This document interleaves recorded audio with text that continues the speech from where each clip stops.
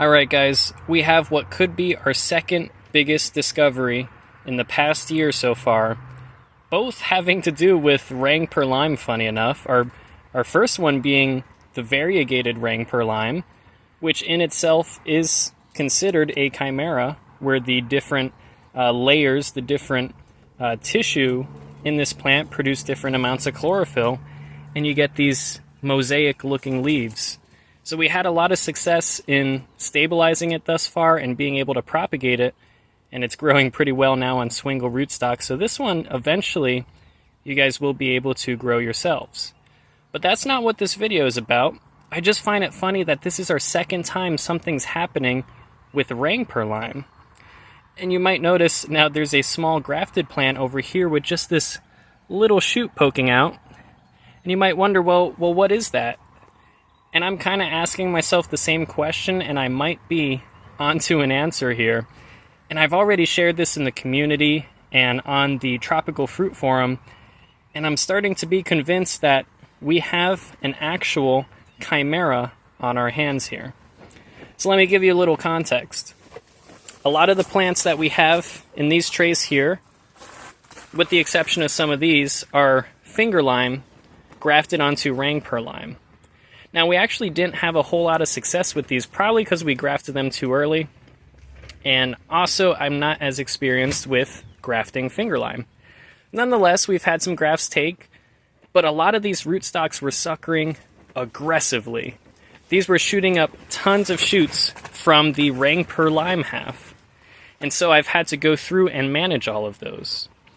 But I did notice eventually that one shoot had a reddish color to it. When none of the other finger lime grafts were growing, there was one reddish shoot growing amongst all of the rootstock suckers. So it seems that finger lime is more sensitive to perhaps heat and daylight and things like that, and rang per lime lesser so. So the rootstock was suckering aggressively whilst the grafts weren't growing, except for this one shoot, which we started off showing you guys right here. Now, before we get into that even more, let me show you what a typical giant finger lime looks like when it starts growing from its graft. So we have a sprout here. That's a smaller one, and you can see it's got some suckering even really close by. And now let me show you, there's one I left for an example with a sucker on it. Well, you can see this part here is the rang per lime sucker. And this part here, that's the giant finger lime shoot. So it's fairly slender, you know, pretty small, has these small little oval leaves, and it has that reddish color to it. But a lot of these finger limes are only just sprouting out now. The one I showed you here, this one has been growing already for some time. And not to mention, if you could tell just from seeing it here, it's more vigorous.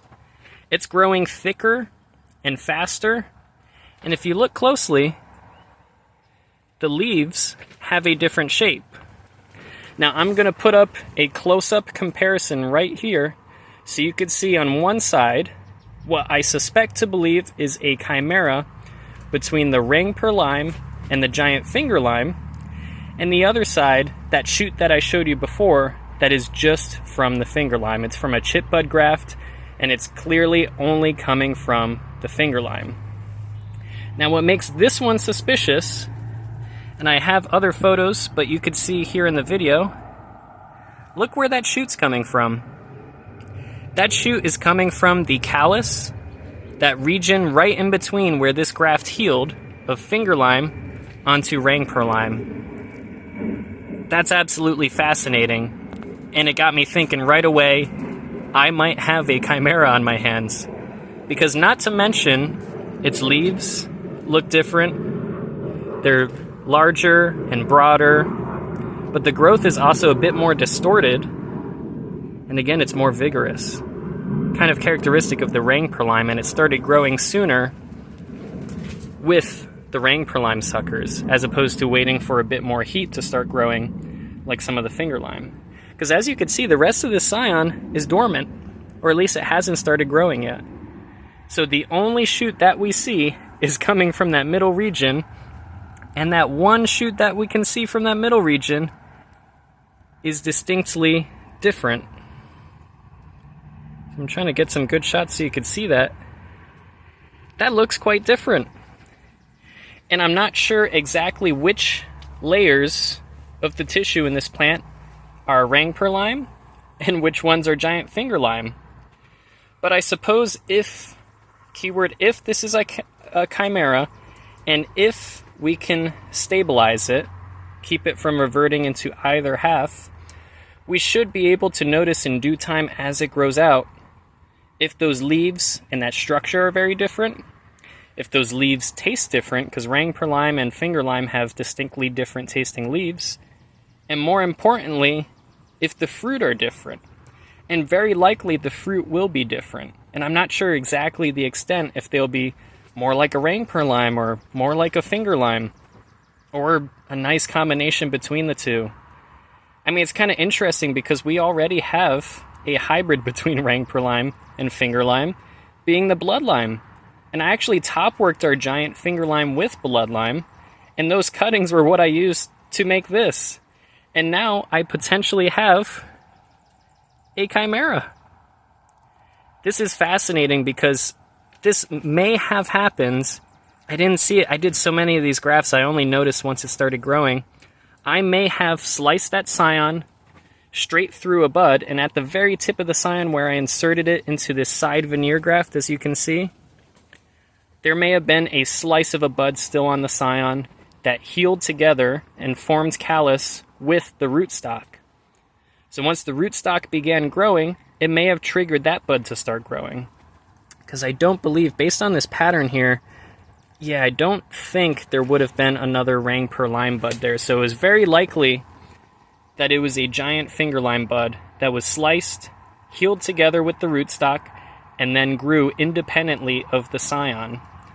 And as we can see now, it originates from that callus region, and it is very likely composed of both tissues, both Rangpur lime and giant finger lime. Again, those broader leaves, that more distorted appearance, it's just significantly different from that other shoot I just showed you. So that is really, really cool. I potted it up separate from the rest of them so we could give this a little special attention and isolation, give it a little fertilizer, get it growing. And once this is larger, I'm going to propagate several copies of it, hopefully onto some more vigorous rootstock, trifoliate orange, things like that. And if this is a stable chimera, it's not a hardy citrus. I was kind of crossing my fingers that if something happened accidentally, it was going to be a hardy citrus, but this is still really cool. And actually, on the Tropical Fruit Forum, there's another breeder who had this exact thing happen to him, actually, where but a little different situation. His graft broke of finger lime or some sort of Australian citrus on Rangpur lime, and then there was a shoot that actually had that reddish growth on it, but it looked more like a Rangpur lime. But Rangpur lime, as you saw, those shoots were green, not red. And then as it grew out, you could actually see the influence of the finger lime on it. The new growth would look like a finger lime, and then as it got older, it looked more like a Rangpur lime. Very strange, but very cool that that's happened before. And now that this is happening again, and the fact that we noticed this too, it could just be coincidence. But maybe Rangpur lime is one of those citrus that's more prone to mutations. Maybe it could even make a chimera with trifoliate orange. I'm not exactly sure, and that's just speculation, but I could use this as some sort of inspiration for creating a method that could allow us to reproduce this situation with a hardy citrus. So if I was grafting Karaji or Yuzu or something more desirable onto trifoliate, perhaps I could try and replicate this where I slice through a bud very close to where it's being inserted, because you can see that's right in that nook there where it inserts. Let it heal together, and as it starts suckering and as the scion starts growing, remove the suckers, remove the growth from the scion there until we see something come out of that bud at the very bottom. It's very likely, with enough time and patience, and perhaps even I could apply a little hormone to that bud at the bottom, I could reproduce this. And if I can develop a more reliable method of reproducing this situation, again, if it's what we think it is, then that would be really, really cool and very useful for getting more edible good quality citrus in colder regions. So we might be onto something, guys. I'm not exactly sure. I could just be getting way ahead of myself. I'm very excited about the possibilities of this. More so the applications of this. But obviously this is going to be really cool to grow out and see what it turns into. Because if it truly does show all the signs of being a chimera, and I can even have this tested in a lab once I feel fairly certain, then we can reproduce this with a lot of our hardy citrus that we're growing. I have plenty of rootstock. I'm going to have plenty of scions coming up. I have not tried this method yet, but it's certainly something I will try because I actually have one other experiment going on here. I haven't been able to do this on a large enough scale yet. But as you can see here, this is a rootstock that had yuzu on the top, but the bottom was actually a Thomasville citrange quat. It was a seedling Thomasville. Or no, I'm sorry, the bottom was yuzu and the top was Thomasville, but both were seedlings. And as you can see, it was a cleft graft that healed nice, and then I chopped it, I covered it with parafilm, and I treated it with hormone. And now we're going to see if we get any type of suckering from that callus that's formed at the top. And if any of it is intermediate between the two, then we have a chance of having a Thomasville yuzu cross. Or, a chimera, something in between the two. So it's a possibility. It's a n=1 experiment, so our chances of having anything meaningful come out of that are pretty low. But something to keep in mind, because again, I did probably 120 grafts of that finger lime, and granted, not all of them took, and a lot of them, well, some of them did take, but a lot of them I used different methods. I used chip bud grafts, cleft grafts, side veneer grafts, and I wasn't always doing it exactly like that, slicing through a bud. That was purely coincidental. That was accidental. I didn't mean for it to happen. I wasn't trying to create a chimera. I was just trying to propagate some finger lime trees. And we ended up with this accidentally. So it's a happy little accident, and this accident could pave the way for future chimera reproduction. I don't know. Let me know what you guys think in the comments. Do you think it's what I think it is? I feel like the signs are optimistic, but I don't want to get too excited. We'll kind of find out. It might be too late for that. I am excited, but we'll find out. Let me know in the comments, but this may be a really good opportunity to learn from, and I'm really excited for the idea of reproducing this. I really want to create some sort of yuzu trifoliate chimera. That's probably top of my list, just because I think it'd be really cool to grow yuzu in even colder areas, considering it already performs really well here.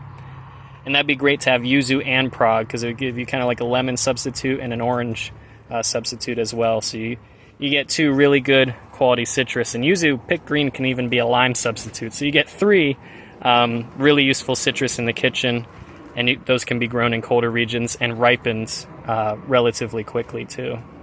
So really promising.